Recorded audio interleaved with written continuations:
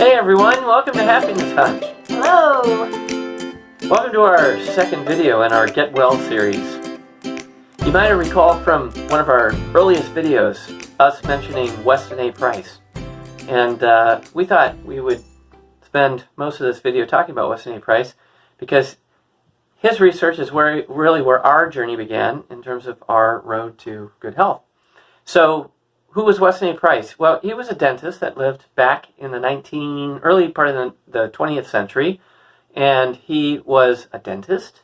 And what he noticed in his practice was that his patients were showing serious signs of physical degeneration, and they were just getting more and more unhealthy. And so he was and part of that was the narrowing of the bone structure in the faces of his patients, as well as a lot of tooth decay and just other signs of degeneration, mostly in the mouth is where he was noticing that. And so he wanted to get to the bottom of this and thought it would be a good idea to go and travel the world and try to find the healthiest people and study those people and find out what they did. So he went to every continent and he found that the healthiest people were people that were living in with traditional pre-industrial diets, pretty isolated from mainstream modern society and culture. So these were isolated villages of fairly primitive peoples on, everywhere from Alaska to Africa and everywhere in between. Mm-hmm. And so he spent time with these people. He took measurements. He studied their diets and their lifestyle. And what he found was that there were certain characteristics that were common to all the peoples, both in terms of what they were eating, which we'll talk about in a minute, but also in terms of what signs of vitality he found in them. So in terms of this, he found that the longevity or lifespan of these people was considerably longer than post-industrial people. So lots of these people would live well beyond 100 years of age, even to as much as 120 years old. Okay, he found that these people could do heavy-duty manual labor well into their 80s. Okay, they showed, and this was consistent in all the tribes that he studied, there was no modern degenerative diseases that people were suffering from. So we would think today of things like cancer, osteoporosis, heart disease, diabetes. There were they weren't dying from things like some of the common diseases that were killing, polio, right, smallpox, things like this. So there were no signs of those kinds of diseases among these peoples that he studied. He found that they had a perfect bone structure, so they had very round faces, and so the people's teeth were perfectly straight. There was no cavities in them, even though they didn't brush their teeth, they didn't do anything like we do today. He found that women, because of their bone structure in their hips, could deliver babies with relatively little pain. Mm-hmm. And there was no mental illness. There was no social strife that he found among these villages. Okay, and then he found that they were a joyful people, and they could sing really well. Mm-hmm. All of these different villagers in these different places it was all consistent across the board. One of the villages was even in Europe, was a Swiss village up in the Swiss Alps, which is where for those of you who are Catholic, the Swiss Guards originally came from, outside the Vatican. So the guards, the Vatican's guards, whatever, the Swiss guards. You can still visit there today. Yes, and they were huge. These people were massive. So what he found was that these people were all just like considerably and noticeably healthier than people who were eating what we would call a post-industrial diet. And when we talk about industrialization, we're talking about food processing, and food processing actually began a lot sooner. It kind of like is built up slowly, mm-hmm, by degrees. Mm-hmm. So the first step really is refined flour and refined sugars, which would have happened during the age of expansion and colonialization. Mm-hmm. And so there was clearly a drop down in health, especially dental hygiene with that. And then as we get into the 20th century, World War I, World War II, and we kind of master the art of industrial food production with preservatives and all sorts of ways of sterilizing food and different things like this.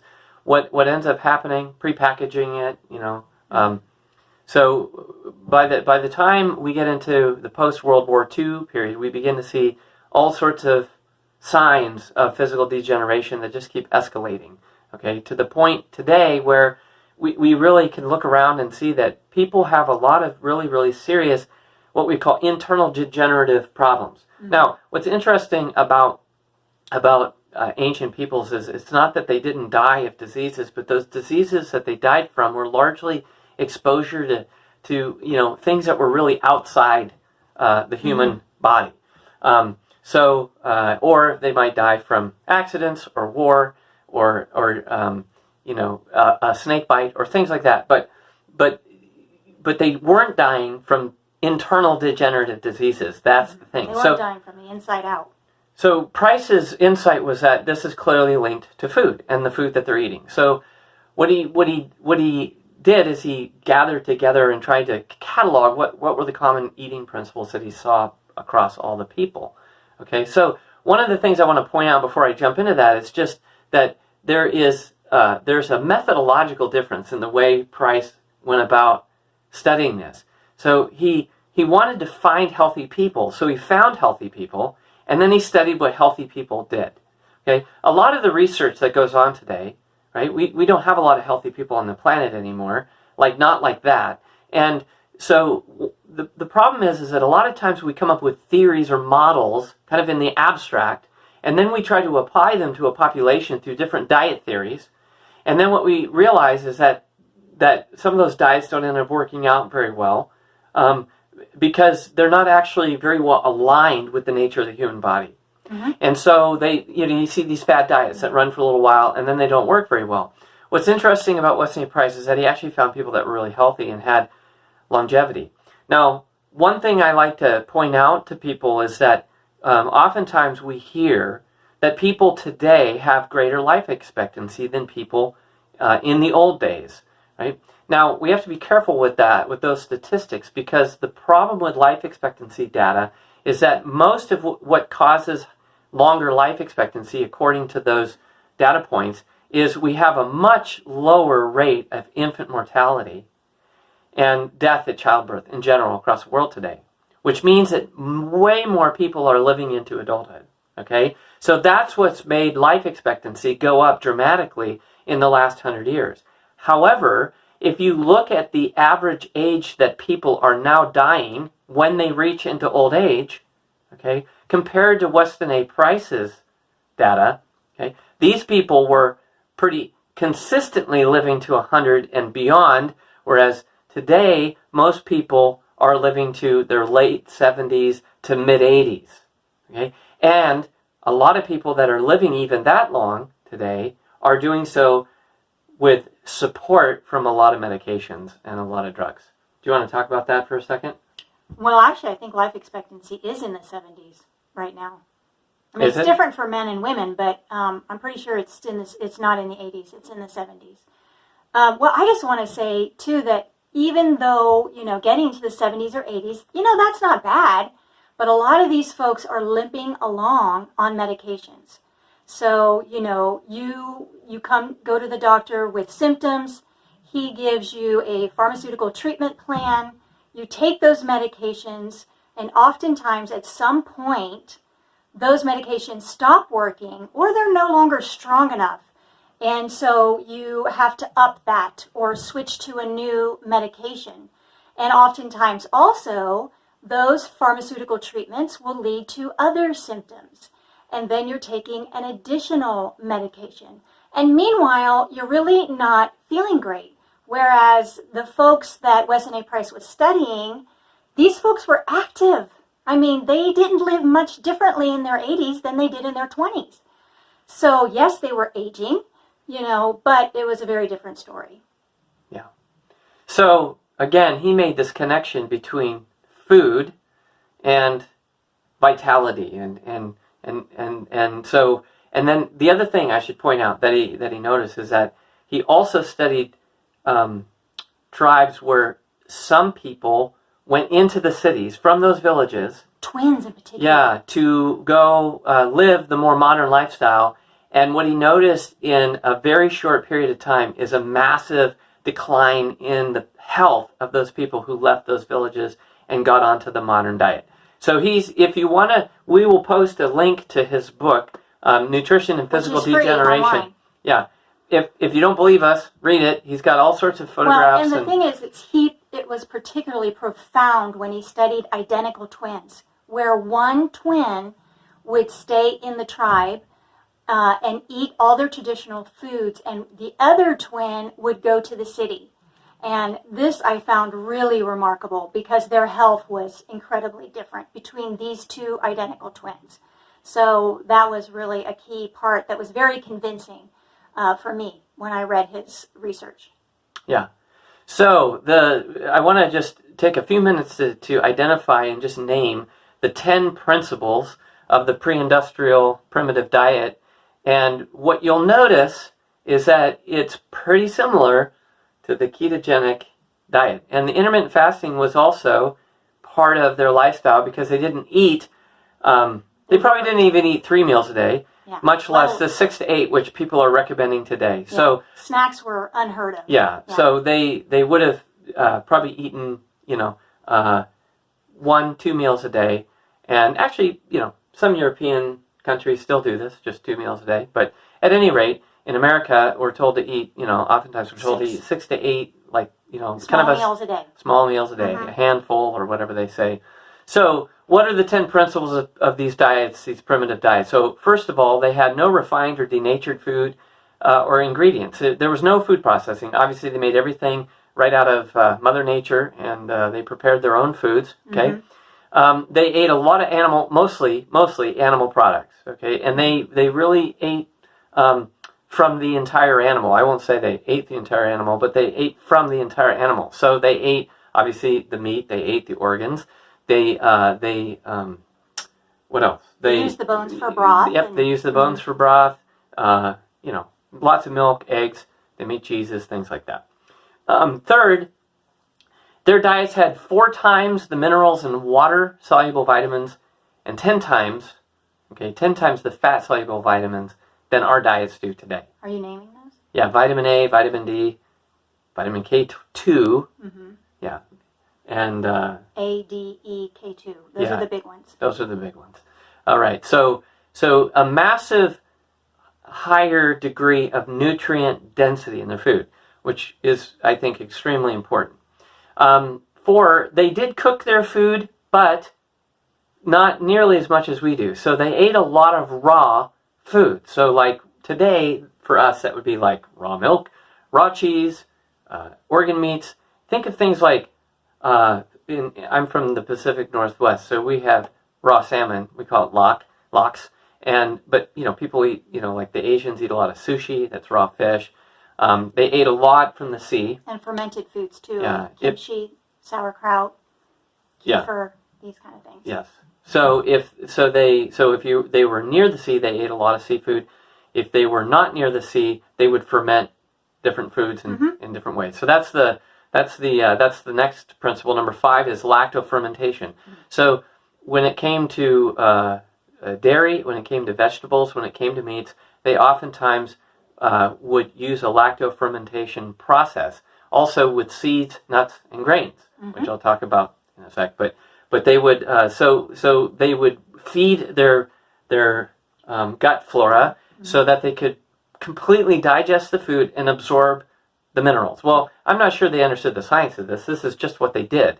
Okay. One of the things I would say as a side note is just that ancient peoples learned to eat this way because they sort of observed the animal kingdom and they watched what the rest of the animals did. Which, as a Christian, when we go into Scripture and we talk about our capacity to name the animals, like that's what that means.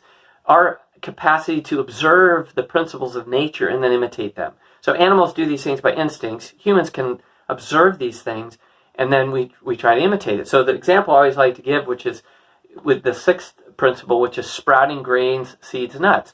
we notice that squirrels, every single year, they go and they bury their nuts. And we always think they're hiding them, which maybe they're hiding them too. But the main reason they're doing that is they're actually soaking and saturating that nut with water and releasing the phytic acid in the nut so that when they eat it later, it actually is digestible. Phytic acid is a natural toxin, which is hard to digest and it upsets our stomach. So all of the primitive peoples sprouted their grain seeds and nuts. They ate bread, but not a lot of it. And part of the reason for that is because the making of flour was a long and arduous process.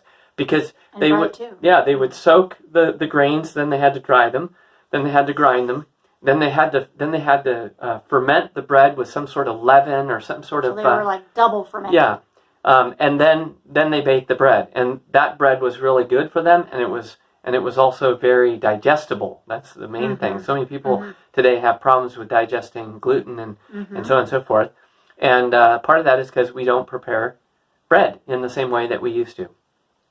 Principle number 7, 30 to 80% of calories. That's a big range, but still a significant amount of these people's diet, their calories, was from saturated and monosaturated fatty acids.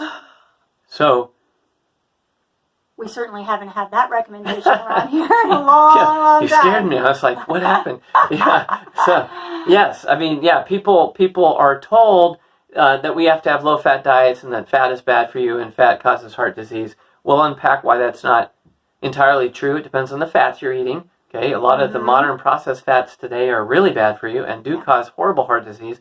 But fats that I call them fats that God made in nature are actually extremely good for us and necessary to just about every dimension and aspect of human nutrition in the body. Okay, principle number 8. All these peoples had whole salt and quite a bit of it. Salt was like gold. Very, very important for human health. They number 9, they all took the bones and made bone broth, and they got a lot of minerals out of bone broth. So there are a lot of soups, and they would make soups out of the bones. So again, they use the whole animal, and then finally, and I think this is really important, but they had special protocols. Every tribe had special protocols for pregnant women, and they really, really kind of very devoted to them. Yeah, and fed them the most nutrient-dense foods possible, and a lot of them, because they knew that the baby needed all of this in order to have a foundation for life. So the Weston A Price Foundation, if you want to go there, there is tons of research to read on this, but I think Sally Fallon, who's the president, Sally Fallon Morrell, she has a great line, which I think is really great, which is the traditional diet is our birthright, right? We by right deserve to have the kind of food that God has provided us through the natural order. And so the more we eat according to the principles of nature, the healthier we will be. So a couple of takeaways would be, first of all, that we have a responsibility to be a good steward of our health and also the environment that produces the food for us. Right? So our soil and our air and our water should be clean because that produces and helps produce the food that we consume and need to consume. And what's so beautiful about today is that we have so much great science that actually, more so than Price had, that actually can show on a micro level exactly why Weston A. Price's findings are true. So he saw it sort of on a visible, observable level in terms of the behavior and the life expectancies of these people. But now we have so much research that actually supports on the micro level exactly why this is true, and it works. So this is not like lame science or some sort of quack stuff. Like this is there's a lot of research to support this. Unfortunately, we don't have an industrial complex that supports the research. We have an industrial complex that supports the profit margin and drives our food eating and production processes in a way in the industrial farming method, which is profitable, and it has certain advantages of producing high amounts of food and distributing those foods across the globe. The problem is those foods are so denatured and degenerate that they're not giving our bodies the nutrients. So one of the most common mistakes that people have about food is they think about food only in terms of calories, right? And not in terms of nutrients. So food isn't just about energy. Right. We can get lots of energy from the modern diet, tons. But it's sort of like, I use the analogy of a car. Okay, you can put gas in your car and never change your oil and your filter and all that kind of stuff, and your car will go about 40,000 miles.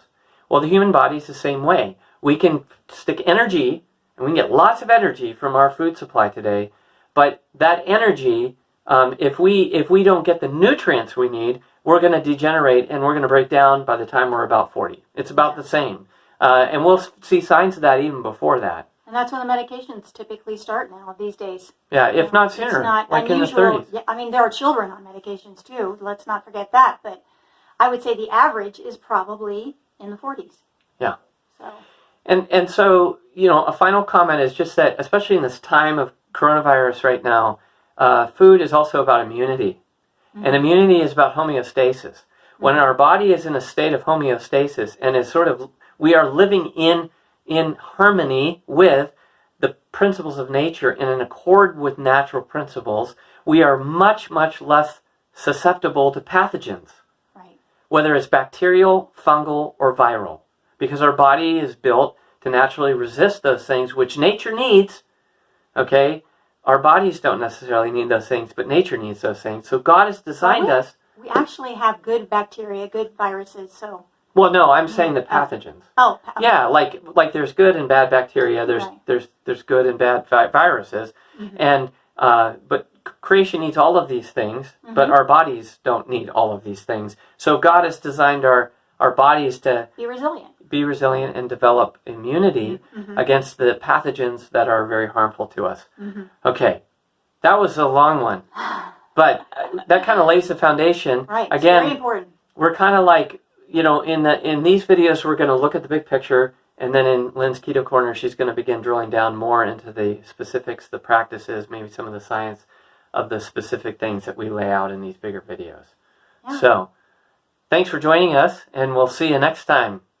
Be sure to like us, and be sure to subscribe if you haven't already. And we'll have some show notes down below. All right, take care, everyone. Take care.